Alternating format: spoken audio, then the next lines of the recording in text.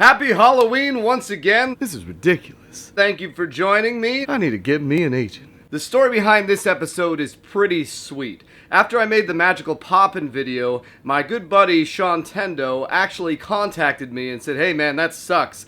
You know, if you'd like, I can donate a copy of Sweet Home to you." And I'm like, "What? Holy crap, thanks man." And he managed to not only give me a sweet-ass copy of Sweet Home, he got it to me in time for me to do this video for Halloween. So Shauntendo, thank you so much, my friend. I really appreciate it. Everyone should go check out his channel. I'll put a link in the description below. He does a lot of the same things, videos that I do as far as the translated reproduction games, but he actually, puts effort into it instead of me where I just wing it. So once again, thank you so much, and let's check out the game.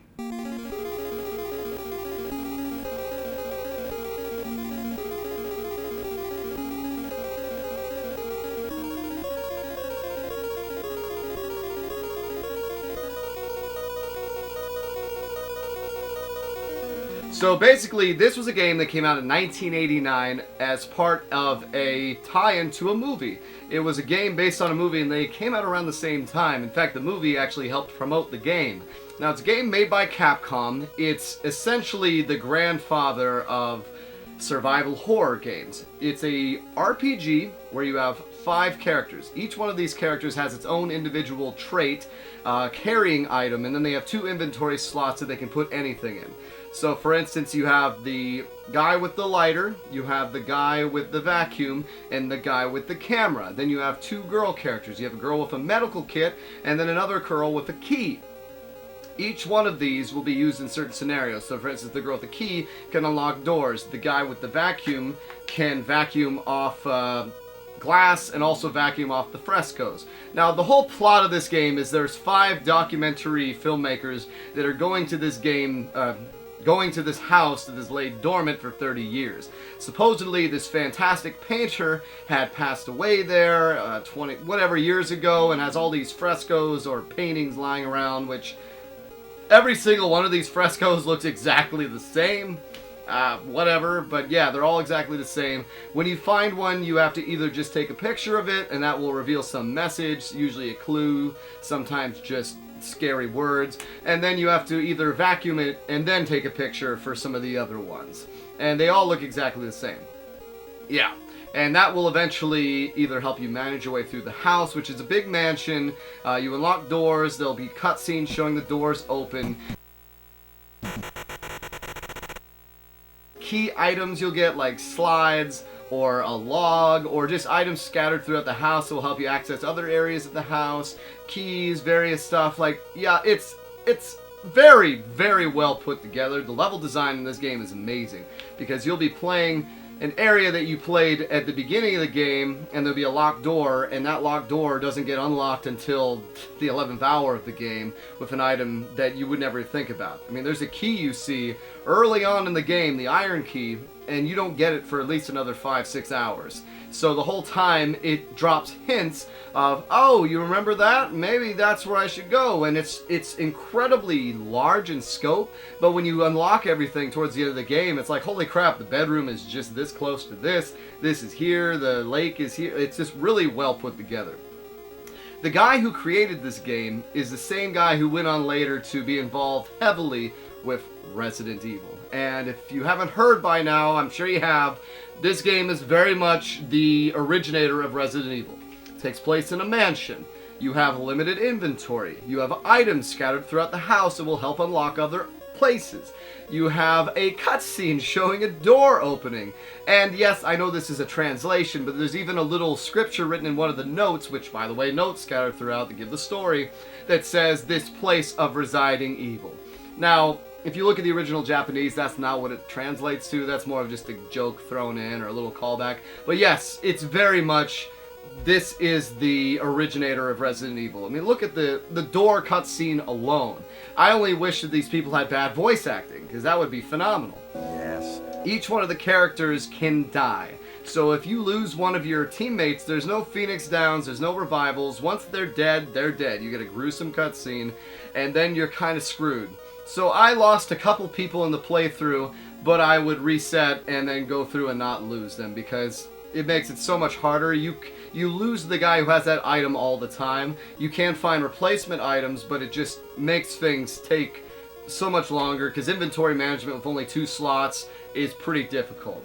Now, you can have a team of 3 people at once, but you have 5 characters, so you always want to group them together. If you go into a battle, that's just bad news fighting by yourself. So you have 3 and then 2. Now there's a really interesting mechanic called call, where when you're in a battle with one of your groups, you can call the other group or call another guy if he's separated, and then they get a certain amount of time without running into any enemies to group up with your other team, and then you can take 5 on 1, which is that's the best way to go through this game, period, because that way you can have everyone staying around consistent levels. You can have people there that can help. If they get poisoned or stunned, you'll have more people that can pray to get them out. You'll have the chick that has the med kit that can heal status ailments.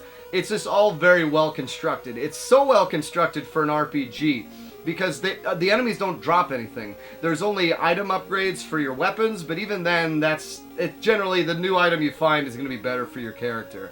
There's no armor. There's limited amount of potions. The potions, I only use them when I have all 5 in a group because it heals you for your full health, and then it gives you your full prayer back. Prayer being the subsidiary for mana. So what prayer does is it gives you extra praying attack points, and there are certain times where you have to solve a puzzle using prayer. There are certain times, especially which is how I lost characters the time I lost them, is they'll get stunned, and if they're stunned, they just take damage forever until they get unstunned. So you have to pray to get them unstunned.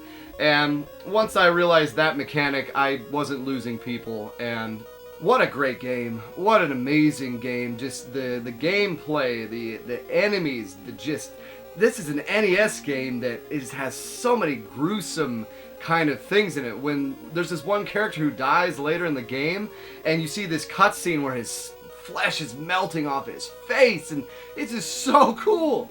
It's so cool to see that, not only running on an NES, but knowing this game has been out since the late 80s, and that people were playing that. Like, wow, that blows my mind.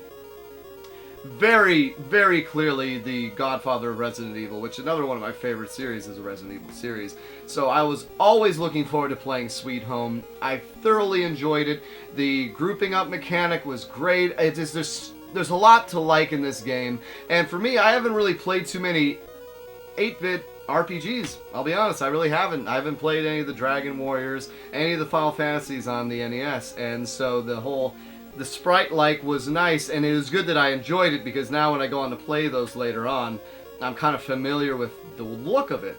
So yeah, Sweet Home, it's a great game. Excellent game. Very nice. Although I didn't really see it as scary. I don't know, maybe I'm just too desensitized. I didn't think it was scary at all. I thought it was excellent, though. As far as a rating on repro it, skip it, or emulate it, repro it all day. Please, I need 4 copies. This game is so good. And as far as the rating goes, God, I give it a 9.25. This was really good. Not perfect. Not perfect. I'd love to have been able to play it leisurely and not have to stress through it. But just the constant stress of potentially losing a guy to permadeath is a mechanic I really like. I'd love to see a game like this come out again. So yeah, repro it. Pick it up. Play it. That's your homework. Well, there you have it. Sweet Home. Great game. Pick it up. Alright, so we are at the end of October. I have November coming, which typically I like to do Sweeps month. Well, this month I'm going to have one more Punch-Out video, and then I'm doing a pretty special thing with my older brother about us and our childhood collection. I may sprinkle in a few extra videos. I don't know. I have a few ones done. I just may hold on to them for later. And then, of course, I'm gearing up for December, where once again I'll be doing the 25 Days of Lucious. This year we're looking at the greatest Christmas action movie ever made, which is Die Hard. So yeah, a lot of good stuff coming up. I will try to start streaming again. I just got back from Portland. I got to hang out with my good buddy Mora a lot. Got to see a bunch of good guys and just had a great time. Only picked up one game, which was nice because I didn't blow the bank like I technically do with these conventions. So yeah, a lot of exciting things coming up on the channel. Once again, thank you so much for watching. Thanks for subscribing, and take care.